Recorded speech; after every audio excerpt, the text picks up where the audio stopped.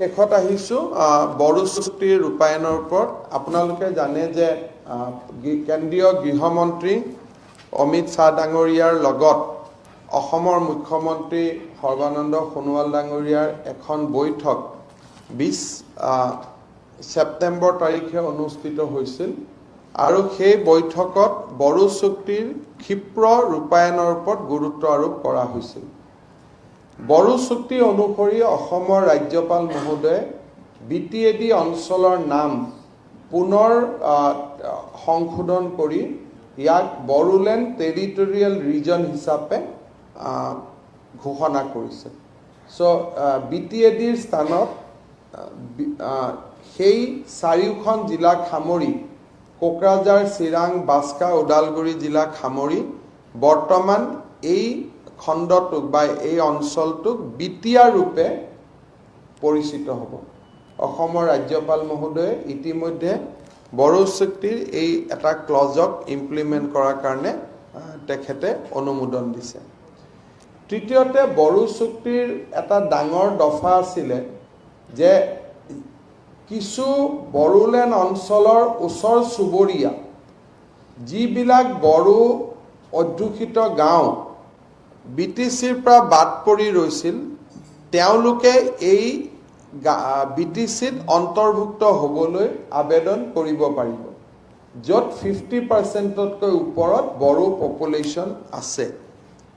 ঠিক তেনেকৈ বিটিচিৰ সীমাত যিসমূহ অনা বড়ো গাঁও আছে, য'ত 50%ৰ ওপৰত অনা বড়ো লোক আছে, তেওঁলোকে বিটিচিৰ পৰা ওলাই আহিবৰ বাবেও আবেদন কৰিব পাৰিব।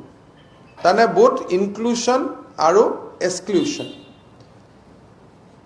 বড়ো গাঁওসমূহ সোমাব পাৰিব, অনা বড়ো গাঁওসমূহ ওলাব পাৰিব, কিন্তু বড়োলেণ্ডৰ মাজত থকা গাঁওবিলাক নহয়, অকল সীমান্তত থকা গাঁও বা বাগিচাসমূহ।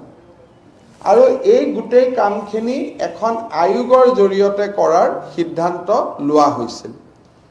অসমৰ ৰাজ্যপাল মহোদয়ে আজি সেই আয়োগখনো নিৰ্মাণ কৰি দিছে।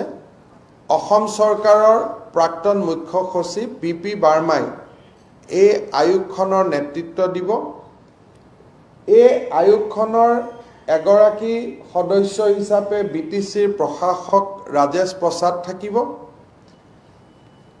নিখিল বড়ো ছাত্ৰ সন্থাৰ প্ৰতিনিধি হিচাপে জয়ন্ত বসুমতাৰী থাকিব আৰু বিটিএডি অঞ্চলৰ অন্যান্য লোকসকলক প্ৰতিনিধিত্ব কৰিবলৈ ডালিম বায়ন তেখেত থাকিব। অৰ্থাৎ আপচুৰ পৰা জয়ন্ত বসুমতাৰী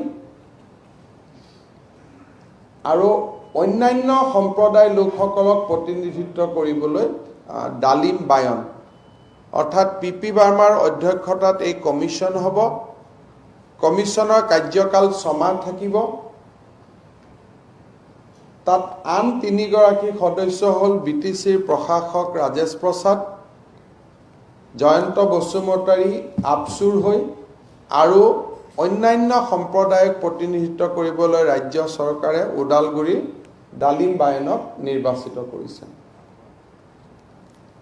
এই কমিশ্যনখনেই পৰৱৰ্তী পৰ্যায়ত বিটিচিৰ আসনৰ সংখ্যা 40ৰ পৰা 60 কৰা আৰু সমষ্টিবিলাকক পুনৰ গঠন কৰাৰ ক্ষেত্ৰতো চৰকাৰক পৰামৰ্শ দিব।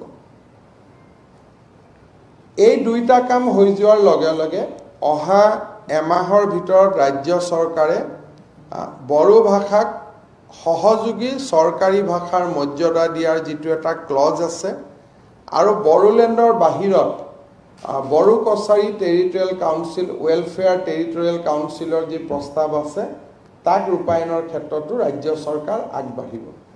ইয়াৰ উপৰিও বড়ো চুক্তি ৰূপায়ণৰ ওপৰত আৰু বহুখিনি দফাৰ ওপৰত ক্ৰিয়ান্বিত কৰাৰ বাবে ৰাজ্য চৰকাৰ আৰু কেন্দ্ৰীয় চৰকাৰ আলোচনাত সিদ্ধান্ত হয় আৰু সময়ে সময়ে এই বিষয়ে আমি আপোনালোকক জনাই থাকিম।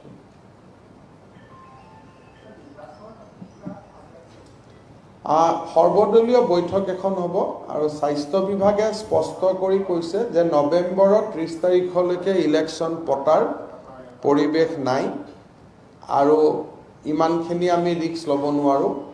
কিন্তু বিহাৰত যি ধৰণে ইলেকশ্যন পৰিচালনা হ'ব আমাৰ ষ্টেট ইলেকশ্যন কমিশ্যনে বিহাৰৰ পৰা কিছু অভিজ্ঞতা লৈ আহিলে আমি ডিসেম্বৰ মাহত ইলেকশ্যনৰ কথা বিবেচনা কৰিব পাৰিম based on the experience in Bihar বিহাৰৰ পৰিৱেশটো চোৱাৰ পিছতহে আমি সিদ্ধান্ত ল'ব পাৰিম কিন্তু স্বাস্থ্য বিভাগে স্পষ্টভাৱে কৈছে যে আজিৰ দিনত নিৰ্বাচন পতাৰ অন্ততঃ 30 নৱেম্বৰলৈকে নিৰ্বাচন পতাৰ কোনো পৰিৱেশ নাই মুখ্যমন্ত্ৰী ডাঙৰীয়াই দুই দিনতে এখন সৰ্বদলীয় বৈঠক আহ্বান কৰিব তাতে এই বিষয়ে নিষ্পত্তি কৰা হ'ব কিন্তু স্বাস্থ্য বিভাগৰ স্পষ্ট সিদ্ধান্ত আমি ৰাজ্য নিৰ্বাচনী আয়োগক জনাই দিছো